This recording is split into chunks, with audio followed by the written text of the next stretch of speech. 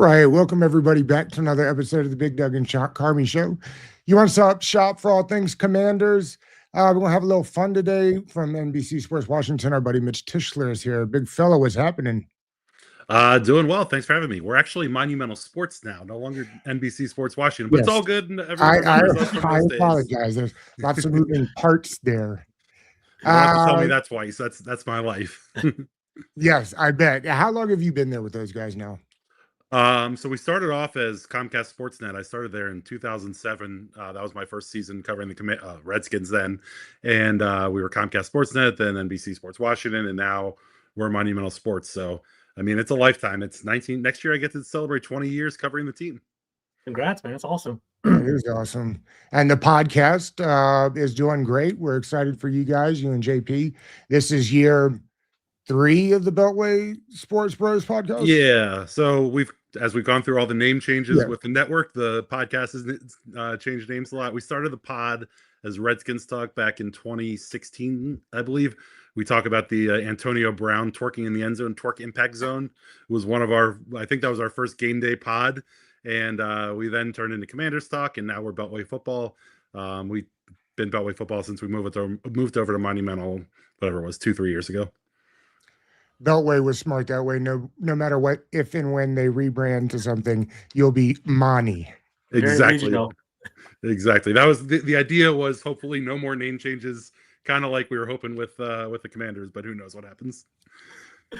All right, Mitch. We'll just start us off with, obviously we're a Commanders show, but I want to talk about DC sports in general. I know you're a local guy, a Milko guy like myself. We've had a dark cloud over us for most of our adult lives, Mitch, in regard to the Commanders, the Redskins, the Washington Wizards. But 2027 is our year. We won the NBA draft lottery, number 1 overall with the Wizards. We have the NFL draft potentially coming our way, and we have a stadium coming in 2030.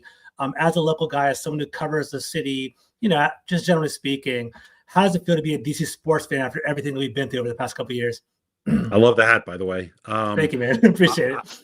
I don't think anything will ever beat winning a Super Bowl, so I don't want to go too far. But 2027 might be the single best year to be a DC sports fan since I was born in 1983. You think about it, we have the NFL draft coming, which you mentioned. You have the number 1 pick. We saw what John Wall did to the Wizards, a decade ago or 15 years ago when that happened. You look at the different pieces the Wiz have put together. Next year should be a lot of fun on the hardwood. And then don't forget about the ice. I mean, I don't know anything more than anybody else, but I think we might have Alex Ovechkin's last season, which will be just a year-long, fun tribute and great time to be there. Plus, the Caps have all these young dudes that have been coming up, and they played so well this year. Made a great push to the playoffs, didn't quite get there. But I think there's a lot of brightness in the future for all 3 teams, which is just awesome. That's a great shameless plug for Monumental Sports, by the way, Mitch. Fantastic right there with the Capitals. I was actually going to not try and make that connection, but we started off with the Monumental Sports. So it's all good. I love it. Welcome to the show. Perfect. Bills, I got to make them happy too. And George, with your throwback logo, I mean, Commanders just threw it back. Will we see with a whiz give us the old school wizard? If I'm not mistaken, I think they had some black and gold jerseys last year, which were the throwback to kind of that era. You had the Caps throwing back to the Jim Carrey days on when they were in those throwback jerseys with the Skriegel on it. I mean, there's a lot of different options, and I think folks around here love some of those old school they do like the old logos and jerseys. And by far, Mitch, I don't know if you agree with me, but the Capitals by far have the best jerseys out of the DC sports teams, in my opinion, right? I love the Commanders, I love the Redskins, but they just have the red, white, and blue, the Screaming Eagles, the classics are fantastic there. So I'm all about it. And it's funny, this Wizards logo was not popular the first go around. People kind of sleep on that. They kind of were hoping for potentially of a change, but now that the retro, that 90s look is definitely that's coming back. Last Wizards question before we jump into the Commanders, Mitch. Are you entertaining? We worked so hard to get that number 1 overall pick. We've been kind of crossing our fingers, the lottery pick, Wemby, Cooper Flag, and all that. Are you entertaining? I know it's not your decision, but are you entertaining trading out of pick number 1 by any means, or just stick and pick? I thought that was part of being the Monumental Sports Network, Mitch, that you had input on this pick. No. Listen, I that's above my pay grade, which isn't very high anyway, but it's above my pay grade. I'd have to get a whole lot in return. I mean, yeah, I love what they. So you look at the guys who are available, and I love college basketball, so I get a little bit into the NBA draft. But most of those guys who you're looking at, for that number one pick are kind of a shooting guard type player. I thought Trey Johnson was awesome last year, and I thought that he has a really high ceiling as well. Bringing in another shooting guard, does that make a ton of sense? I don't know. I don't know enough about it, but certainly you need players on the court, and I'm trading out a one if I'm getting a star back. But we all watch the NBA, we've all seen these playoffs.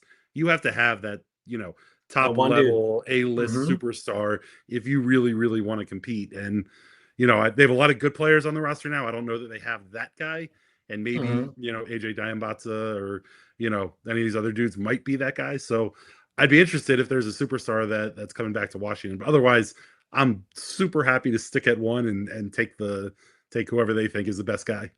Would you entertain sending AD a first this year and a first next year to Milwaukee for the Greek Freak if he is indeed available?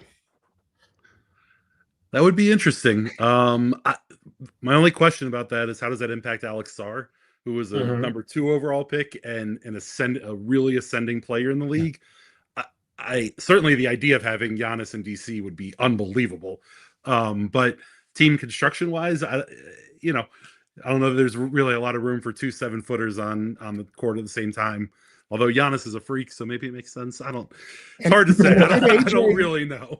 And the kid AJ's 6'10" and he's 19, so chances are he may very well hit 7 foot before it's all said and done, which is just ridiculous how big these kids are getting these days. And I've got a couple. The tall, the 6'10", 7-footers are shooting threes and bringing the ball. It's different game. Different game than we grew up playing and watching. There's 100%. No doubt. I got a couple more before we switch to football. I've talked to David Aldridge about this. We talked to David Aldridge about this before, and it's like I think DC gets a weird rap for not being a basketball town, when in fact the NBA just hasn't been good in DC for a long time. It's a sleeping giant. Everybody that's around the area knows that, like, at least the high school scene is one of the biggest. I mean, you talk about turnouts for a basketball game for some of these high school kids. So if they can put a winner together, the city, much like its football team, is just ready to erupt for a winner, right? Oh, absolutely. I mean, it's in Baltimore, but the Maryland State Championship sold out the Towson Arena, I think, last year, and then they sold out UMBC this year. I mean, the basketball scene in DC is such a sleeping giant. I mean, not so dissimilar from the football scene, which got a little slow there at the end of the Snyder years, and you're starting to see it, really come back, especially 2 years ago with, as Jaden got good. Basketball in DC is a part of the city, and when and if the Wizards ever end up, being true NBA competitors, I mean, you're going to see a scene unlike any other. Think about, like, I always, just because they had the one pick and John Wall was there, think about John Wall standing up on the scorer's table, hands in, like, you think about those days at Cap One Arena or whatever it was called, back then, and that place was going crazy for them. Yeah, I miss Gallery Place. When the Wizards are good and the Capitals are good, just going down there, it's out in the city, is so much fun. I miss that. And it hasn't been the same since John Wall left. Yeah, it's awesome. It's fantastic. For what it's worth, Carmelo Anthony said if they add the kid AJ DiBanzo, and I'm sure I say that terribly wrong, that's like a 4 seed in the East. Like that's how he sees kind of this young group evolving together, plus the 2 big time players that they added. So I think there's a lot to look forward to. The other one I'd ask, and I know it's because of hockey, but has there ever been a superstar that's been like less celebrated outside of the city he played for than Alex Ovechkin? Because it feels like he's one of those superstars that has to be in some kind of conversation about where he fits. And I think it's easy to see. I mean, he's going to go down as the best hockey player ever, right? Right. That's exactly. I mean, you talk about best hockey players ever, and it's hard to not have. There's about a lot of debates, LeBron, MJ, whatever. I think in hockey, there's a couple guys that you're debating over, but I don't think Ovi gets the love nationally or internationally, that some of these other stars get. You think about, Ovi as a player, I think obviously number 1 in goals scored. I believe he's number 3 all time in hits, which is something that, like, you gotta be like a hardcore, hockey fan to, like, recognize his impact on games throughout his career. Obviously, he's getting older now, so things are, tapering off a bit. But his impact through the first 15 years of his career was kind of unlike any other. And if he would have maybe won a cup earlier in his career, maybe nationally would have gotten a little more recognition. But I think that you look at the excitement, the national excitement last year or 2 years ago, or was it last year, when he was going through to break Gretzky's record. Every single game was on national TV. ESPN and company were breaking into games to show when he scored. I mean, you started to see a little bit more of that. But hockey players are so, under the radar and are so, cool, calm, collected. They're not the guys that you see out, in the streets partying and doing that kind of stuff. I think part of what makes Ovi so great, especially around DC, is just how much of an everyday man he is. I mean, how many superstars in their sport can drive around in a car with a vanity license plate that says OV8 and not be swarmed everywhere he goes. You think back to the summer after they won the cup and just the party that they had around the city. That was awesome. How much they embraced all the fans and everybody. I mean, it's really second to none. Ovi's the best. It's been so much fun, covering him and being around him for all these years. And kudos to Ted, right? Because that contract, he flew to Russia and gave him that contract, whatever it was, 6 years ago, when the whole world said, don't do that. That's a horrible deal to make. Betting on, we always talk about on the podcast, not enough people are proactive and are reactive. In this moment, Ted was very proactive, and he won on that one big time. Not to mention, when he signed his second contract, it was 2000, I think 7 or 8 or so. He signed one of those Pat Mahomes deals. It was a 10-year deal. I think it was like 100, whatever the number was, 100, whatever the big number was. It was big. And folks were like, in the moment they were like, oh man, like that's such a huge contract. But you think about how much that helped this team build, over the years, over the 15, 16, 20, 17 years of his career. Like they've been able to have that stability, kind of knowing what your star players getting paid, not having to be too concerned, cap wise in terms of, where they're going to be. They did a really great job of building that team, especially from how far it had dropped prior to the Backstrom and Ovi picks, and watching them build back up and be this perennial contender every year. I mean, the whole Rock the Red era has just been so awesome, much fun, and it's gotten so many new, hockey fans into the atmosphere and ecosphere and whatnot. Okay, let's talk football now. So they did, while we don't expect earth-shattering stuff, the off season has moved into the next stage. I'm curious if you heard any draft rumblings that you might share with us now that you found interesting. Honestly, not a whole lot. I mean, I think probably the Sonny Styles pick was, probably the biggest one. We all thought that was the top guy on their board. I don't think that they thought, or we thought, that he was necessarily going to be available there at 7. So the fact that he dropped there, it felt like a pretty easy run to the podium and pick it. In general, I just think it was a really confident draft by Adam Peters. Now, how it plays out and what the results are, we'll get to see. But you look at the third round when they took Antonio Williams, there were 3, 4, 5 receivers that went in the 10 picks after. They started that run on receivers. Whether you like Antonio or think Antonio Williams was the best receiver there or not, clearly he was the guy that they wanted. And I appreciate that, they were the ones that started the run at receiver. Then you go and you look at, in the 5th round when they took Joshua Josephs, you had 2 centers go in the 4 picks before them. I don't know that they were going to go center there necessarily, but clearly center was a need. I like the fact that, if the number 3 center there wasn't the guy that they wanted, that they went with a guy like Josephs, who, by the way, looked awesome, at least physically in rookie camp. So I thought it was a really confident draft. I like that they stuck to their guns and went after their guys. Ultimately, how it plays out on the football field will be what matters most. But, at this, intersection of time, I think you can't be anything but happy about what they did in the draft there. Obviously, you were there for minicamp, and we will get to that in a moment. But you said something before, and I agree with you, and we talked about it a bunch on the pod, that Sonny Styles was like a run the card up type situation. But in reality, they took the entire clock to put the pick in. Like, I was surprised that it took them to take the whole clock. So I'm curious your thoughts on like what were they hoping to achieve there?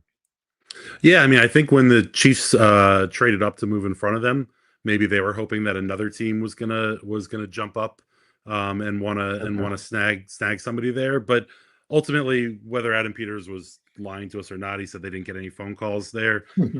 How that played out, who knows? But I think, there's no, especially the way that the draft works, there's no reason not to sit there, bide your time, see what happens. Work if you're working the phones, work the phones a little bit, see how it plays out. But ultimately, I think they, it almost seems like they settled to stay there, but you settle to stay there because there's a guy that you love that you want to go get. Exactly right. Mitch, one thing I appreciate about having you on the show is that your feet are on the ground, right? You went to minicamp, you're around the players, you're around the building often. I know that your exposure at rookie minicamp was about an hour, wasn't that much in regard to media time. But I'm curious, there's some new faces here in DC. We have a new offensive coordinator, new defensive coordinator, a couple other new coaches.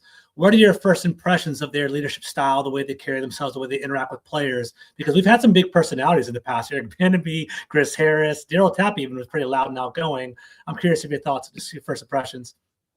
I think both of these coordinators are going to be a little bit more Dan Quinn level of like chill, if you will. You're not going to have the Joe Witt kind of overly, excitement kind of all the time. But I always say like rookie minicamp is like orientation. Like, it's not like it's not like they're going through, play calling and, hardcore scheming and all this different stuff. It's more an introduction to, hey, this is how we run things. This is how we want things to be run. And David Blau is such a quiet, introverted guy that, he's not somebody that's going to be out there being demonstrative and making a ton of moves. It's more, let's focus on, what's in front of us and go from there. One thing I liked about Durante Jones was, obviously he's worked with secondary a fair amount and started off, when they went to individual drills, working with some of the DBs. But I like that you kind of saw him working his way around the entire practice field, spent a little bit of time with Sonny Styles and the linebackers, went to the edge rushers and, was watching them go through some of their stuff. The D line was hitting the sled. He jumped up and, was on the sled for a minute. It's it's really hard to take away too much, about personality style and coaching style from this weekend. I will say that, everyone knows about the bags drill at the beginning of practice after stretching, and Durante Jones was right there in the middle of it, running up and down with the guys and blowing. The guys like that, don't they? Excited. It's a really good way to get kind of hyped up for practice. Yeah. One of our questions when Dan Quinn introduced us in 24 was like, hey, when the team is struggling, are the players going to be bought into this and like want to do it? And obviously we saw all of the struggles last year, and you still saw everybody, getting into it, the coaches hyping guys up. I mean, I think it really sets a good tone for practice and is an interesting style that I haven't seen. And I don't know that other NFL teams really do that. Mitch, quick follow-up to that. Dan Quinn always talks about the brotherhood and the great relationships they have. From the outside looking in, it does seem like the coaches and the Adam Peters and Josh Harris, it seems like they're all like in lockstep together. I guess we're only in May now and the season hasn't even started, but do you see that brotherhood kind of exude out? And do you think that like, even if they have a bad year, they're maybe still sit together next year? Because I feel like they have a really good relationship moving forward. Yeah, I mean, it's something that when Dan Quinn walked into this building in 24, he talked about a lot, the brotherhood and bringing the locker room together and all that stuff. And I think that kind of harkens back to how fractured things were at the end of the previous regime and how much you needed to get guys bought into what you're doing and get everyone on the same, track and whatnot. We're 2 years later now, it's his third season. I don't want to say I don't care about the brotherhood because it's certainly important to have the group together and, and everyone being happy to work together and whatnot. It's about results on the field. Like you've brought in a lot of good locker room guys. You've brought in a lot of good football players. It's time to stop. You have everyone in place now. You've put together the coaching staff. You put together the roster that you want. Now it's time to brotherhood's certainly important, but let's move beyond brotherhood and let's start, getting the X's and O's on the field and the wins, stacking up, because ultimately that's what matters. And they've done a good job of, moving on from all the fractures of the past. But the brotherhood thing isn't as big of a story. It shouldn't be as big of a story now because they're together and he has the group that he wants.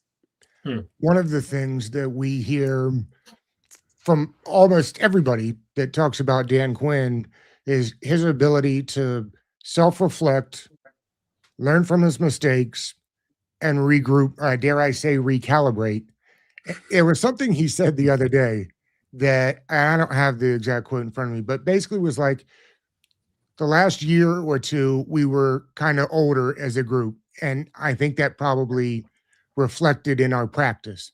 And this year, we plan on being a bit more aggressive in practice. In 1 year, they have done a really good job of getting much younger across the board. It was refreshing to hear him say that, because as outsiders looking in, George, I think we often said, like, practice looks kind of lackadaisical just from what we're able to see. And of course they're not out there like now. We've also heard from every man that's come on the show that nobody quit last year. And I think that's a testament to Dan Quinn. But I just like this notion that, hey, this is a different team and we're going to approach things differently. Yeah. I mean, the not quitting harkens back to the brotherhood part, right? Like that's, keeping everyone together, which was great.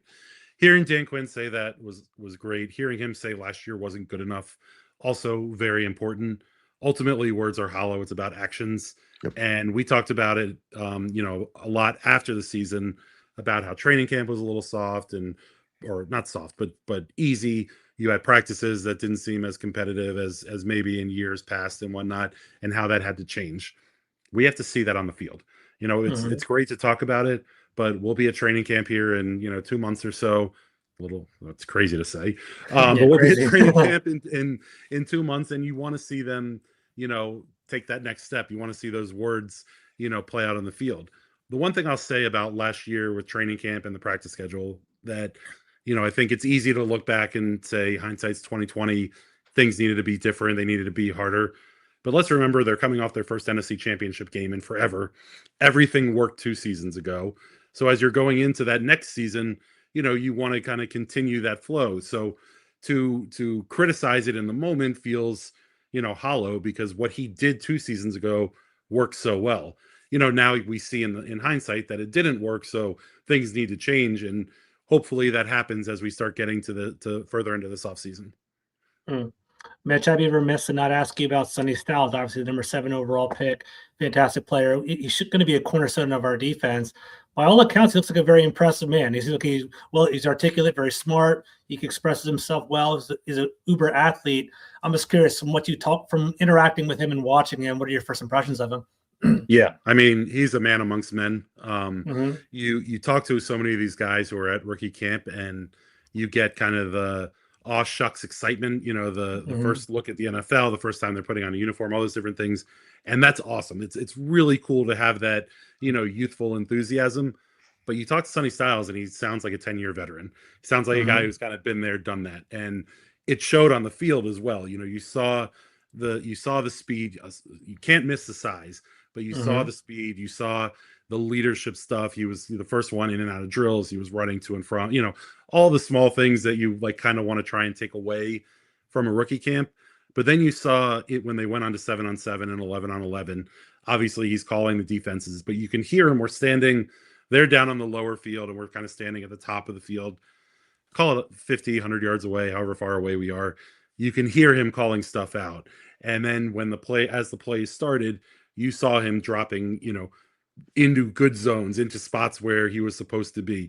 There were a bunch of balls early on in those 7-on-7, 11-on-11s that, we call hospital balls. Like he could have really put a shoulder into somebody and taken a piece of them. There was one play where he did kind of get a little piece of a receiver as they came by, and you see the coaches come over and talking to him, and they're like, that they're saying like, hey man, you can't be hitting, we got to be careful. We got to take care of each other, all these different things. But between their ears, the coaches are like, I'm loving it. Let's effing go. Like, this is what we want. We want a guy who's going to be looking to take out somebody when they're, crossing the middle and get a bad ball or whatever. But you look at the linebacker room as a whole, and just the year over year change from last year to this year is night and day. I think the speed is going to really show.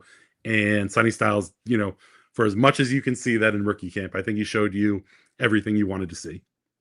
It's a weird thing to say, and I'm sure people will roll their eyes, but I'm assuming with Leo Chanel getting 54 that we won't have conversations about Bobby Wagner. I would say that when they released the jerseys today, that was kind of the final nail in the Bobby Wagner conversation. I think Bobby Wagner I think the hate towards Bobby got a little too far down the road. I mean, I agree with that. 100%. He is an incredible NFL player and has had an unbelievable career. Leader. And I think all of that stuff. But I think the defensive style last year hung him out to dry far too often. And when you talk about Durante Jones coming in, that's what excites me, is that I think we're going to see a guy, at least in talking to him, put guys in advantageous situations, not, make them adjust to what they want. And I think that's going to be, a lot on defense is going to look different, but there's going to be a lot more disguise. There's going to be a lot more, putting players in positions where they can go make plays. And I think had Bobby Wagner had a little bit more help in the play calling planning portion of it, he wouldn't have been exposed quite as much as he was. And ultimately, things might be different in terms of the way that fans and folks think about the Bobby Wagner experience in DC. Before we kind of move off of Sonny Styles, one of the things I find very interesting about the Ohio State defense as a whole, and I've heard this about other guys coming out, is like how much of a boost they get because Matt Patricia's been there kind of coaching this explosive NFL style, gets them ready. We talk so much, George and I do, about the college game, not necessarily helping these guys to the pro level because they're just kind of doing different things. But because you've got that guy with all that NFL experience in there, like these guys come out with a way bigger advantage than almost anybody else in college football. And that's something that kind of excites me. Absolutely. I mean, I think that explains why DQ is already starting to talk about potentially green dotting, a guy like Sonny Styles. It's not often you get a rookie linebacker who's going to step right in and be that guy, just because, NFL rookies have so much to learn and so much on their plates. To throw the green dot on top would be a big thing. The other part of Patricia that I love is, you have all the NFL experience, but you have an old school NFL hard ass of a coach. Yes. You have a guy who's not, mincing words, talking to these guys. And I think look at, the way that he approaches practice. I think that really speaks to the experience and everything that he had at Ohio State, and how much having a great college coach can help prep you and get you ready for the NFL.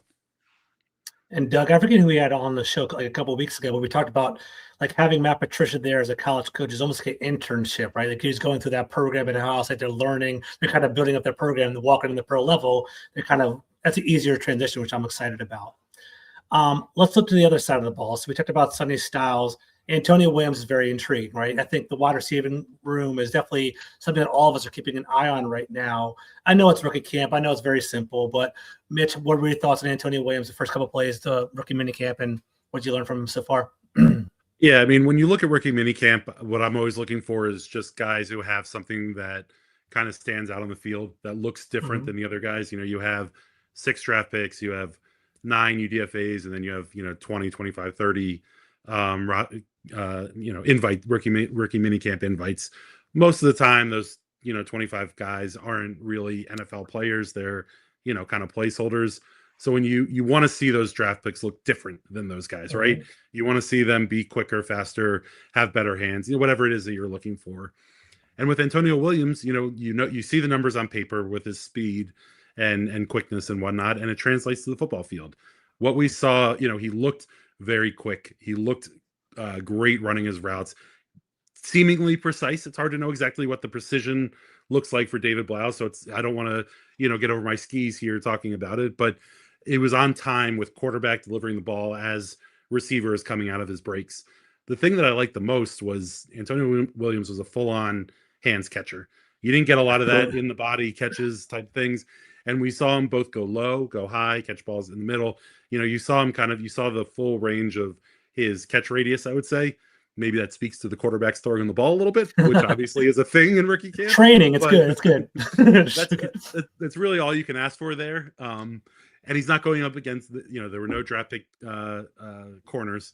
So it's not like he's going up against corners that are necessarily going to be, in the NFL per se, but also you want to see your guy beat those guys, and that's what we saw.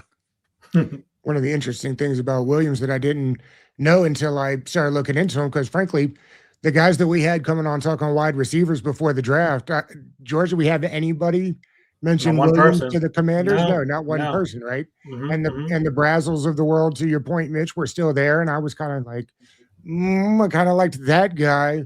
But then, and hopefully he's on in a couple of weeks, but Matt Harmon does a great job with the reception perception.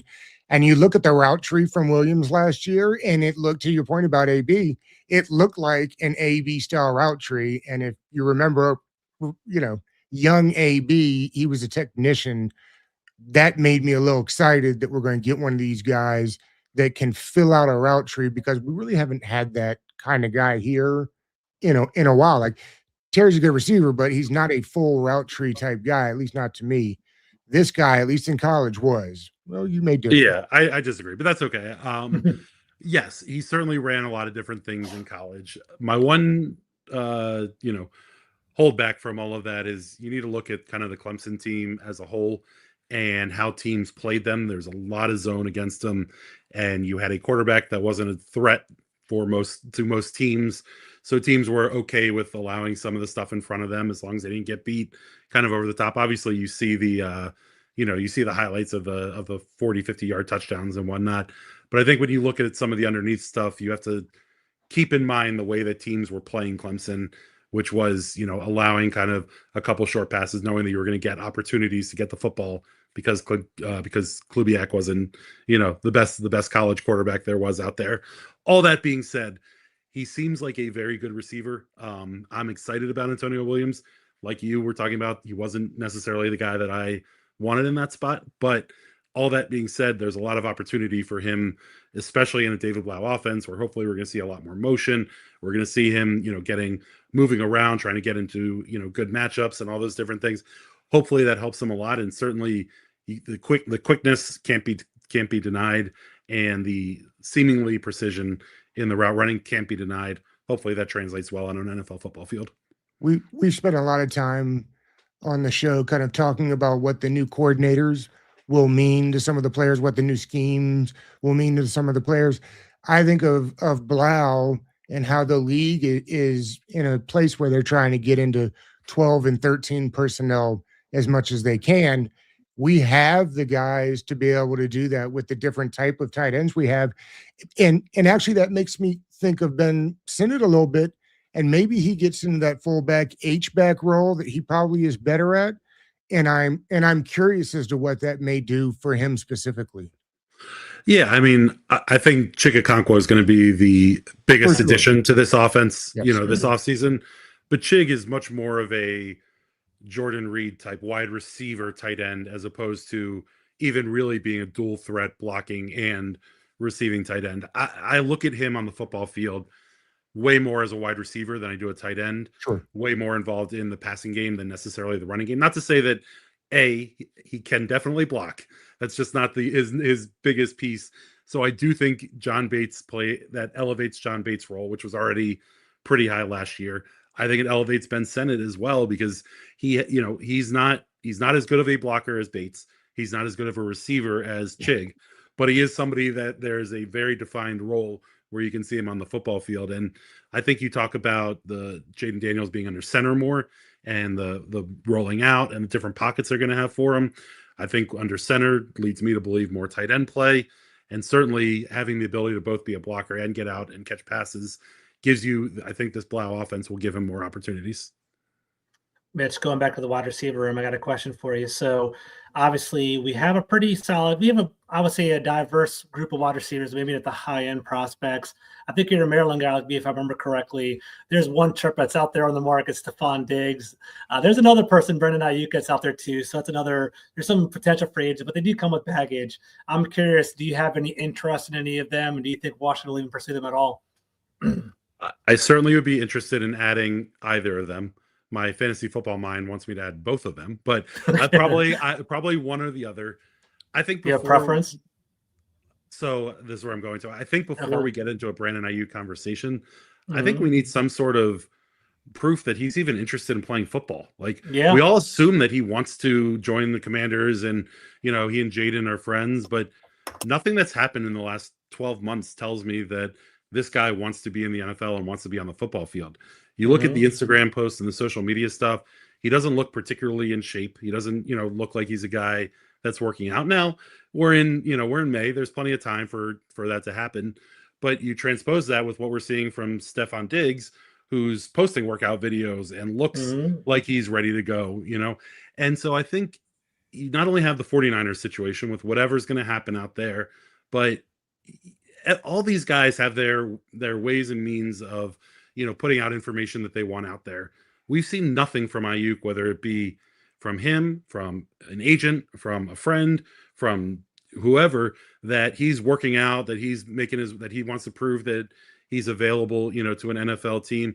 Not to mention, the Niners and other teams talking about that they're unable to get in touch with it.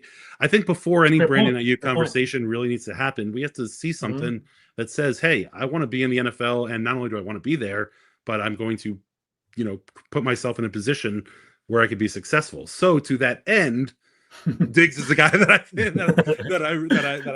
think would work. And I think Stefon Diggs, his addition to this wide receiver room, would help out a lot. I think he'd be awesome for Antonio Williams. Yeah. It's funny because we hear Steph Diggs about all the Cardi B and all the outside noise and things that are happening. When he's on the field. I talked to my friends up in New England, and they say that he was one of the best team leaders inside that locker room. The players loved him. He took the young receivers under his wing. You think about Drake May, an young ascending quarterback. If he was a malcontent, or inside the football team portrayed the same way he is, publicly, those things wouldn't mesh very well with what happened up in New England and all that. And so I think, as much as we think about the public stuff we see from Steph, I think we also have to remember the folks that are around him every day, the players in the locker room or in the room with him, love him and appreciate it. I mean, I think, especially when you talk about the brotherhood, which we're now going back to for a million times, I think that's an interesting thing, an interesting aspect to Steph Diggs that gets overlooked. Maybe he just needed more Cardi B in his life. Don't we all? Yeah. And to your point about Ayuk, like, nobody's seen him in 2 years, right? Like, Steph Diggs at least was extremely productive in his role last year. Yeah, absolutely. Which is why I think I prefer Diggs. I mean, I wouldn't say no to either one of them. Mitch, I want to talk to you about the offensive line a little bit, because I know you love it. That's right. They have done a really good job putting this thing together, right? And I remember hearing an interview from Forrester from the Shanahan tree, the offensive line coach, who basically explained their version of what needs to happen. And basically, it's like, get a left tackle that takes double teams most of the time, put average to above average players all around him, and we'll find ways to help those players out. This offensive line, in my mind, has at least 3 above average talents, at least 1 elite talent. Does that make, that's a long way to get to, does that make the need for like some superstar center less important? No. So what I'll start with is, any offensive line, especially in the NFL, you need a left tackle that you can trust, that you don't have to constantly send extra help to. And I thought 2 years ago, Brandon Coleman did a very good job over there for being a third round rookie. I thought he had a high ceiling, I still do, which is kind of a different conversation. But you bring in a guy like Laramie Tunsil, it's a no-brainer, And as much as this draft, we felt the Laramie Tunsil pain because we didn't have those draft picks, I think the addition of him is just enormous across an offensive line. So I'll start there. I also think that Laramie Tunsil being there helped Chris Paul look really, really good at guard. Chris had a good season. Don't get me wrong. I'm not taking anything away from Chris. Yeah. But when you have an elite left tackle next to you, and you got that locked down, that can help you out a ton. I think Sam Cosmi is also elite. So I think you have two elite guys. I think Josh Connerly is ascending. He had a good rookie season. We also saw Mikey Sainer still have a good rookie season, and then, didn't continue that same path. I don't expect that Josh Connerly is going to struggle, but before we start talking about him in any sort of, set it and forget it and, no problem over there. I think, we got to see how things play out this season. I expect him to be good and not move from there. With the offense moving to more under center, I think that makes the center position that much more important. Reaction times are quicker under center. Your relaying line moves that much more important. And I'm not saying Nick Allegretti can't do it. Don't get me wrong. I think that he can. My big concern with Nick, when he was at guard, he would, whenever he didn't make a block, whenever he missed, he would get beat relatively clean, and that guy would have a free run towards the quarterback. At the guard, you have a little bit of protection on both sides when, guard and with center and tackle next to you, or center and tackle next to you, especially when one is Laramie Tunsil. At center, if teams start finding that happens, that blows up a play immediately. There's nowhere for a quarterback to go. There's nowhere for Jaden to go if that happens. So certainly something that I want to see Nick Allegretti lock down a little bit more. I like the Matt Golban pick. They certainly had to add a center. I love drafting guys from playing big time football. They've seen, some of the creme de la creme, the best of the best of D lines that they've played against. Matt Golban I think he will be very good. What I saw at rookie camp, he's very good in a box at center, snapping the ball with protection on either side of him. His struggle, I think, is going to be speed and quickness. We saw it a little bit in camp when he was asked to get to the second level, linebackers being able to kind of duck underneath and get to him. But any expectation that a guy who's a sixth rounder is going to step in and start right away is a pretty high expectation. It's pretty lofty to ask. I think he's certainly somebody that could develop into a reliable center. Whether that happens this season, will be left to be seen. Allegretti can get the job done. My angst about Allegretti isn't necessarily him himself, but I do think that you think about some of the D tackles that they face within the division. You think about some of the big bodies that they're going to be facing. And I worry that early in the season, if what we saw at guard happens at center, gets exposed, that's going to make calling an offense very, very difficult for David Blau and very difficult for this offensive line to adjust to. As a whole, I think this O line is, about as good as we've seen since early in, some of the Trent Williams days. And to nitpick Allegretti, I think that's what I'm doing here, is nitpicking, because there isn't a whole lot across the rest of the O line that there really is to be concerned about. And then, Mitch, my last question, I guess, talking about the O line, is finishing off on the O line. In retrospect, do you think the Biadasz release was potentially a bad decision, or what are your thoughts on that? Or why would he get released? Yeah, so I don't think it was a bad decision. Okay. But I do think the manner in which it was handled was a little janky, sloppy. Mm-hmm. It's difficult for a front office because clearly they are ready to move on from him. Mm-hmm. And I'm sure they wanted to get something in return from him.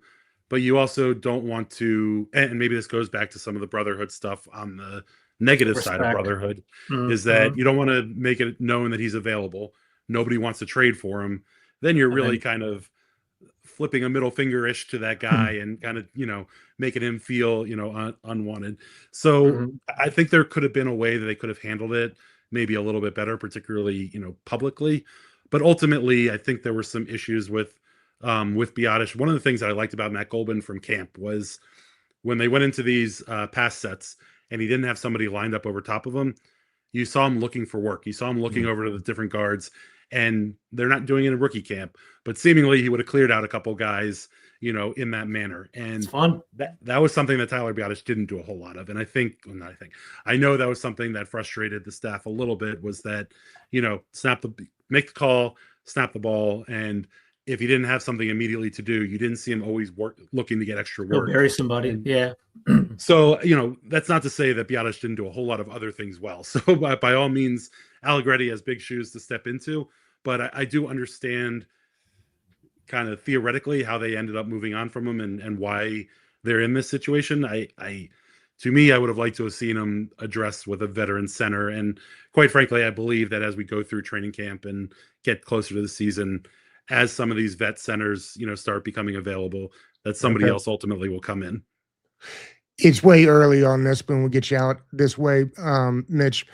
And I'm sure as training camp gets closer, we'll have you back on and get a better idea. But for the viewers, maybe you've got a couple of camp battles that you're already kind of thinking about and getting excited about.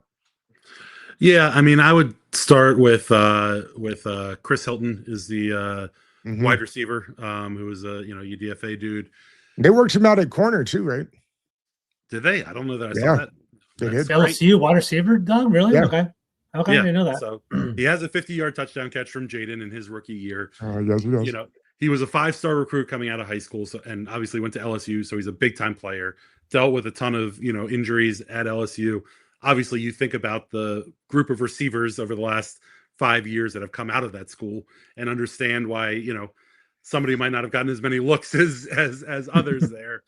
But talking to the kid at rookie camp, his mindset was awesome to hear about. He talked about all the hard work he put in. He played in all 4 of the college college all-star bowl games. Right. He's a guy that knows that he has to prove himself if he really wants to be on an NFL roster. And he would be an interesting addition to this room. Could he potentially be a younger, better version of Van Jefferson? I think that's kind of where you're hoping that he slots into. But that's probably one of the big ones. When you look at this roster as a whole, though, the back end of the corner room, the back end of the wide receiver room, there will always be battles at the back end of the offensive line room, but there's not a ton of positions that are really available. I guess you have to look at linebacker. Ali Cahoe looked good last year. What happens to Luvu? I think folks are. I think you think about a linebacking group with Luvu, Chanel, and Styles all on the field. I think that Luvu is going to have plenty of opportunities. Luvu really was in a tough situation last year. I don't know how much you guys have talked about what Luvu did last year, but asking a guy of that size to put his hand in the dirt and be, a defensive end is really an unfair look. So you hope that he continues back to what we saw 2 seasons ago. But for him, blitzing off the second level of the defense, he was really good at. He timed up those snaps extremely well. I think that there's a real role for Frankie Luvu, and I think that I think last year has really kind of clouded what we saw 2 seasons ago, and folks aren't ready to kind of balance the good that we saw 2 years ago with how bad things were last year, and recognize there's probably a middle ground, for a lot of these guys. But I think Frankie Luvu has a pretty big role in this defense, and is not an every down linebacker, but a 70%, 80% snap rate guy. That's a great point. Mitch, thank you, man. It's Did you say you say you disagree? No, I said thank you. Oh, I think I disagree. No, I'm trying to think of the kid from Temple. The new linebackers probably affect his playing time more than Luvu, if being honest. So Jordan McGee is a guy from when he was drafted in 24, was a guy that I had pinned coming out of camp in 24. I thought they were going to play him a fair amount. Yeah. He ended up hurting his knee and didn't get in a lot. Obviously, the team was playing well, so all that happened. Jordan McGee's really your best big linebacker. He's really the only linebacker on the roster that's your London Fletcher, Bobby Wagner type linebacker who's gonna thump in the hole. And so I think his everyday downs are going to be, not probably what he wants, but I think there's a very specific role that he's going to play, and I think he's going to be on the field, certainly in most, if not all, short yardage situations. Well, again, I will say thank you, my friend, for joining us on the pod. Yeah, we always enjoy these. Absolutely. Thanks so much for having me, guys. I love coming on with you. It's always good. It's always fun. Good. Be good, bud. All right, man.